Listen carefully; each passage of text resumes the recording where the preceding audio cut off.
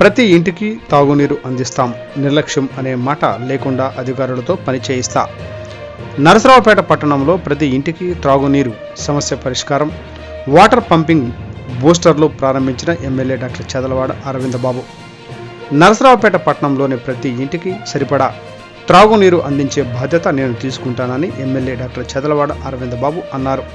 ఈ మేరకు నరసరావుపేట పట్టణంలోని 1, 2, 3, 4, 5 వార్డులకు త్రాగునీరు అందించే పంపులకు బూస్టర్ రూమును ఎమ్మెల్యే డాక్టర్ చదలవాడ ప్రారంభించారు.